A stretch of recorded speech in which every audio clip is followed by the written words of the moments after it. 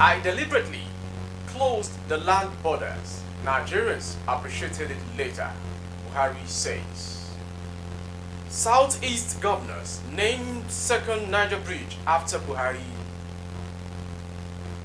Hearing to begin May 30th as court merges PDP, LP, APM petitions. Code of Conduct's Bureau asks governors, lawmakers, others to declare their wealth. Lawmaker opens up about plans to re-elect Lawan as Senate President. And on sports, Yusuf Ubadi have no job with NFF. So, for more updates of our broadcast on YouTube, their handle is BGITV Current. Kindly subscribe and click on the notification bell. Select option all to access all of our broadcasts. Now, the news in detail. President Muhammadu Buhari says he closed the country's land borders to encourage Nigerians to produce food for their consumption. He said although the move was initially criticized, Nigerians eventually appreciated it. Buhari spoke on Tuesday while inaugurating the new customs headquarters that reportedly cost 19.6 billion naira to construct. The edifice is located in Maitama district of the Federal Capital Territory, FCT. Please note that from Lake Chad to Benin Republic is more than 1,600 kilometers. Only God can effectively guard the borders, so you need a person who has the energy and the competence to supervise. I deliberately closed the borders because knowing Nigerians, the order rice, give some to Niger and the rest. Then they bring the rice here, he said. With our potential, we have people, we have land and weather. How many nations are as lucky as Nigeria in the world? Very few nations. So closing that border, 1,600 kilometers, Nigerians insist they eat boiled rice.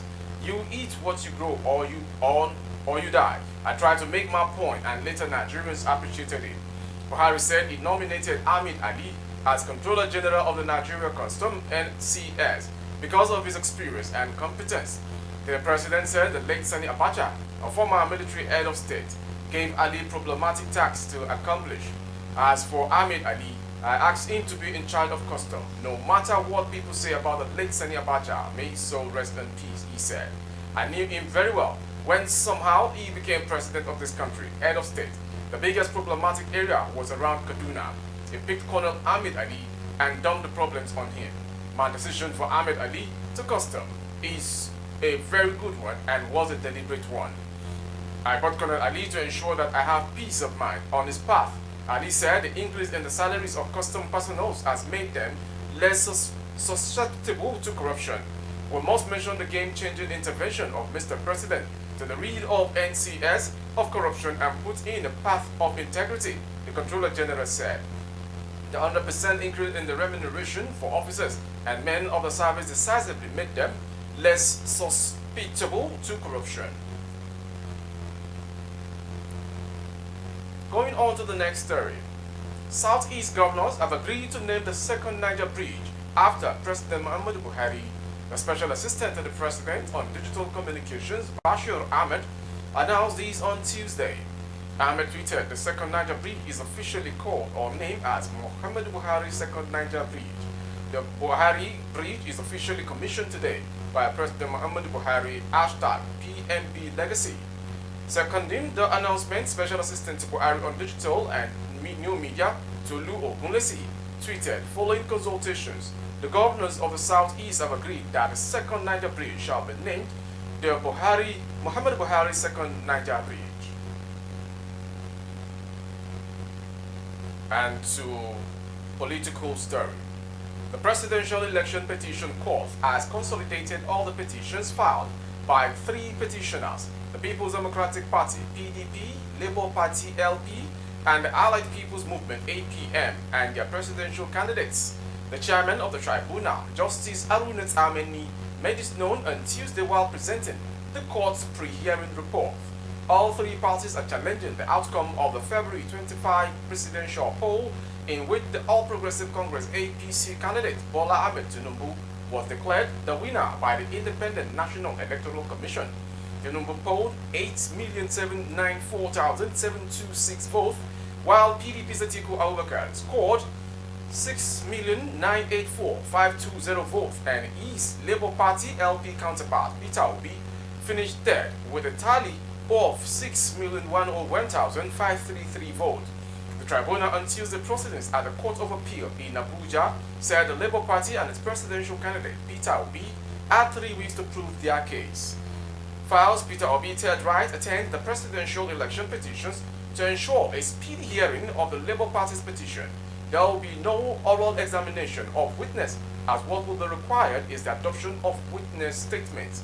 For a star or expert witness, 30 minutes shall be used for evidence in chief, while 20 minutes will be for cross-examination and 5 minutes for re-examination. Peter Obi's hearing is to commence on May 30th and end June 23. Going on to the next story. The Code of Conduct Bureau, CCB, has called on newly elected and re-elected and outgoing public officers to declare their asset before May 29. Mustafa Musa, the special assistant to the CCB chairman Mohammed Isa, said this when he spoke with journalists on Tuesday in Abuja. The constitution is clear on defaulters, and they should declare before they are sworn in or face the consequences, he said. Mr. Musa said the Bureau had issued declaration forms to the new and returning officers, adding that some completed forms had been submitted. Mr. Musa said that aside from elected public officers, appointed public officers and civil servants should also endeavor to declare their assets. He added that apart from the asset declaration, the officers must comply with all the codes of the Bureau. Going on to the next story. Senator Sani Musa, representing Niger East Senatorial District, has vehemently denied recent report claiming that a group of senators-elect, including themselves, have formed an alliance to ensure the re-election of Senator Ahmed Lawan as the president of the upcoming 10 Senates. The information report that Musa labeled the report as false and malicious, asserting that it was sponsored by political detractors intending to sow discord within the All Progressive Congress (APC).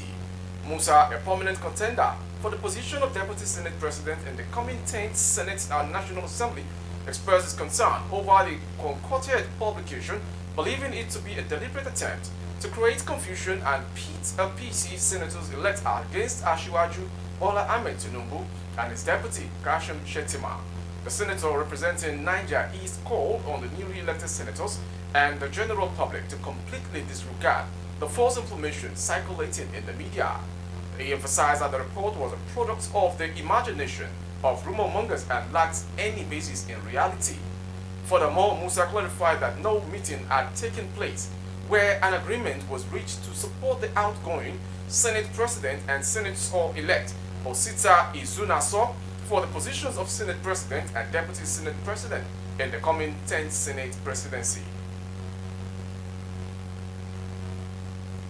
Another one seen on the Senate tussle. The senator representing Branu South Senatorial District at the National Assembly, Ali Undume, has said the leadership tussle in the Senate is all about money.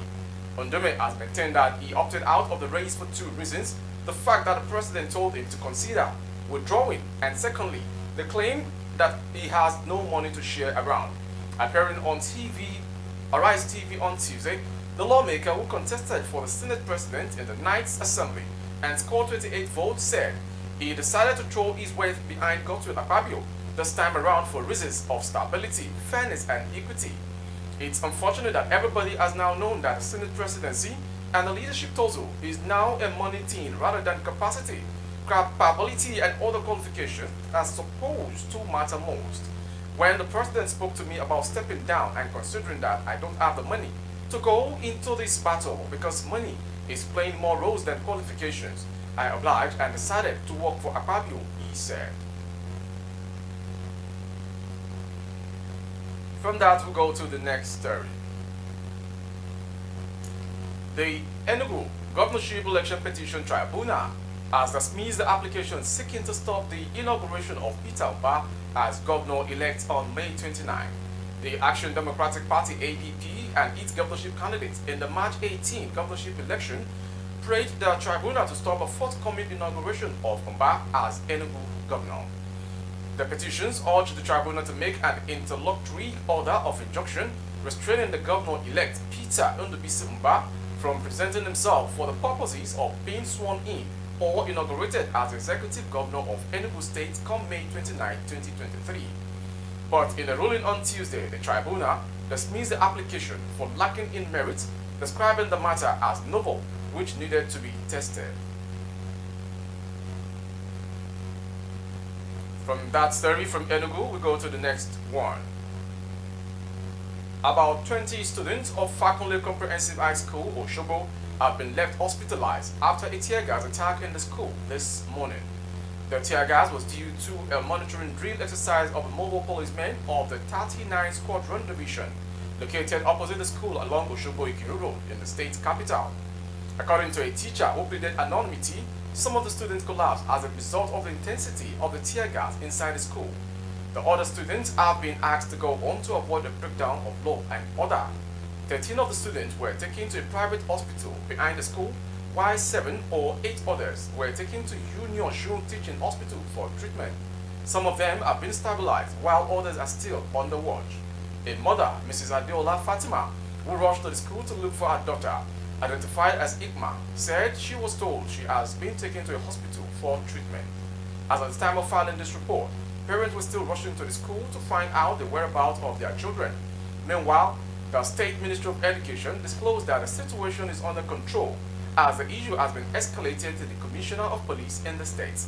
The Permanent Secretary of the Ministry, Adelani Aderiola, who spoke through the Information Officer, Roslyn Olawuni, said the mobile policemen were holding a memorial exercise in honor of their fallen hero colleagues in Benue State. They were shooting tear gas which affected the students in the school. The students have been taken to hospitals and most of them have been stabilized, he said. Okay, still going on to the next story coming from the foreign story this time around.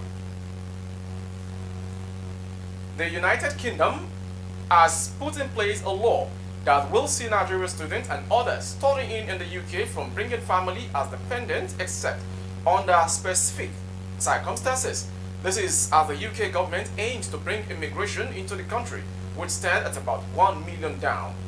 Under the new rule, the UK will remove the permission for international students to switch out of the student route and into work route, which before their studies have been completed to prevent misuse of the visa system.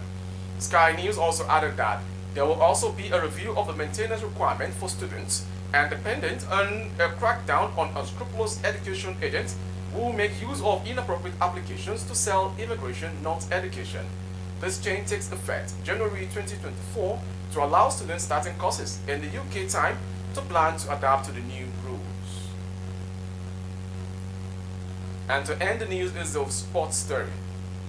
Following the failure of the national under-23 team to qualify for the under-23 AFCON and the quarter-final exit of the Golden Eaglet at the just concluded CAF Under-17 tournament, the Nigeria Football Federation (NFF) has sacked coach Salisu Yusuf and Onduka Ubade. Yusuf and Ubade were asked due to their team's woeful performances. Their sack was made public by NFF President Ibrahim Gusau. Their jobs are tied to the competition. The coaches have no job to do for now since their teams failed to qualify, said Gusau. Because the under-23 team failed to qualify for the under-23 Africa Cup of Nations, they would not be featured in the football event of the Paris Olympic Games in 2024. Likewise, Ubade's Golden Eaglet also crashed out of the under-17 Africa Cup of Nations in the last 8 stage, which cost Nigeria, a 5-time world champion, a place at the next World Cup. Well, the sports story will end the world news this hour. Before we go, some major headlines. I deliberately closed land borders. Nigerians later appreciated it, Buhari boasted. Southeast governors named second Niger bridge after Buhari.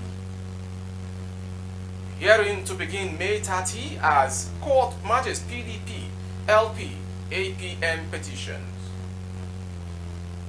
Code of Conduct Bureau asks governors, lawmakers, others to declare their assets. And lawmaker opens up about plans to re-elect Lawan as Senate President. On sports, Yusuf Ubade have no jobs with NFF. NFF chairman speaks. For more updates on YouTube, our handle is BGITV Current. Kindly subscribe and click on the notification bell. Select option all to access all of our broadcasts. On Facebook, Bagede Imo with Alawi Adebayo. Please like and follow the page. For advert placement into goods and services, coverage of events and functions, please dial the phone number streaming on your screen. Thank you for watching. I am Mori Rabila Lawan. Good evening.